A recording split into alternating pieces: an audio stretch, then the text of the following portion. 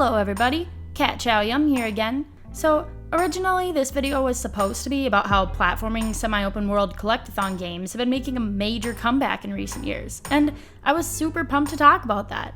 I neglected, however, to factor in just how difficult it would be to get my capture card to record on older generation consoles, and so for now, while scratching my head at that conundrum, I thought I would switch it up for this one and instead focus on a little discussion I had with my girlfriend the other day about platforming games in general. Our confusion was over this. Is Marvel's Spider-Man a platforming game? Now, this conversation started innocently enough. She didn't grow up playing a bunch of different genres of video games like I did, and so therefore terms like platformer and how that was different from action-adventure games seemed like a very fuzzy distinction to her.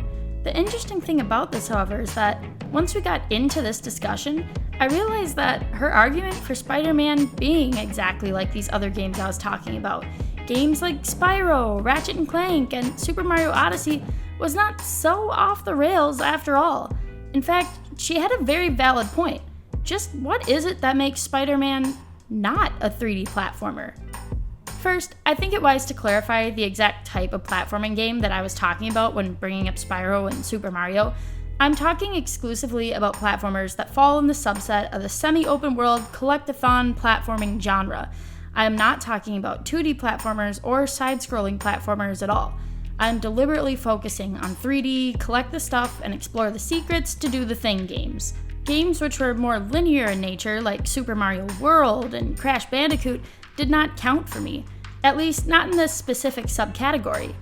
Another distinction that I had in my mind when discussing these games was that games like Kingdom Hearts and Breath of the Wild didn't count either. This is where we got into more of a debate. See, Kingdom Hearts and 3D Legend of Zelda titles both share a lot of the trademark attributes of the type of games we're talking about. They both have a variety of collectible items, they both have semi-open or open world types of areas for the player to explore where they're rewarded for finding secrets, and they also both have very obvious examples of literal platforming elements. So, what exactly is the difference between this and this? This is where I argue that the difference between these games and these games is the same as the difference I see between Spider-Man and Spyro, for instance. The fundamental difference is in the combat. While games like Spyro and Mario do indeed have combat and even boss fights, the primary means of progression through those games actually comes not from fighting, but rather from collecting of items, solving of puzzles, and exploration of the environment.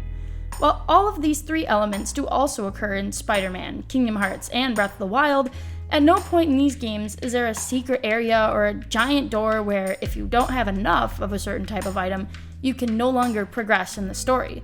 At least, not that I ever recall from my playthroughs. So, this all seems well and good, right? We've solved it. The main difference is progression, and whether or not the key to progression is combat or collecting. Fine, so Spider-Man is not a platformer. Period. We're done here then, right? Or are we? What about the other aspects of the platforming genre? And what about gray area titles like the Ratchet Clank series, or even Lego City of all games? These games have combat, these games have platforming, these games have a heavy focus on collecting. But where does the pendulum swing? Are these titles more about fighting or more about collecting? And where does that leave games like Spider-Man? If we can make an exception for Ratchet Clank, why can't we for Spider-Man? Both have more of a combat focus than a collectibles focus, yet I'm ready to go to bat for the argument that Ratchet Clank is a series of 3D platforming games, while Spider-Man is distinctly in my mind an action game. Yes, there are collectible elements such as the backpack strewn about the city, and there is an emphasis on exploration, open world environment is a given, but platforming? Is this platforming? I mean, objectively no, and the focus of the game is clearly more about combat, even more so than Ratchet Clank, arguably even more so than adventure games like Kingdom Hearts, a series which rides the border between 3D platformer and action-adventure very carefully. So, does there need to be a bigger reasoning?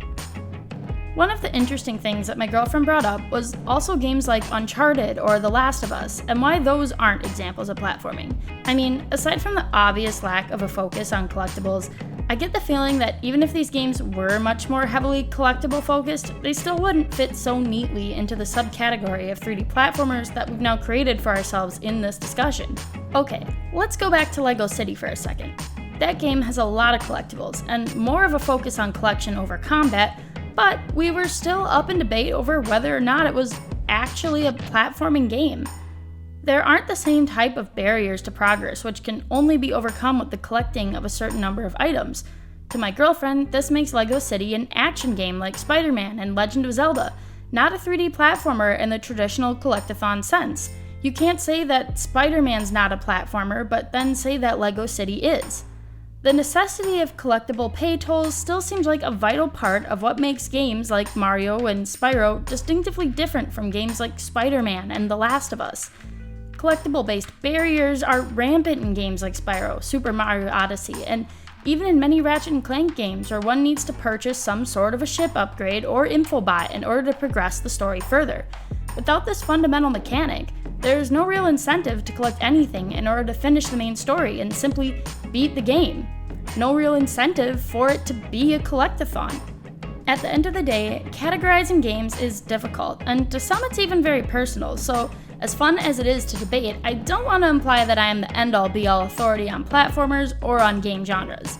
I just thought this was a fun discussion, and it is an ongoing discussion within the gaming community, so feel free to put your 2 cents in the comments below.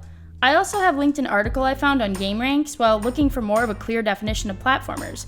While I can't say that I completely agree with this criteria, I think it is a great place to start if you are curious about just how to go about defining 3D platformers.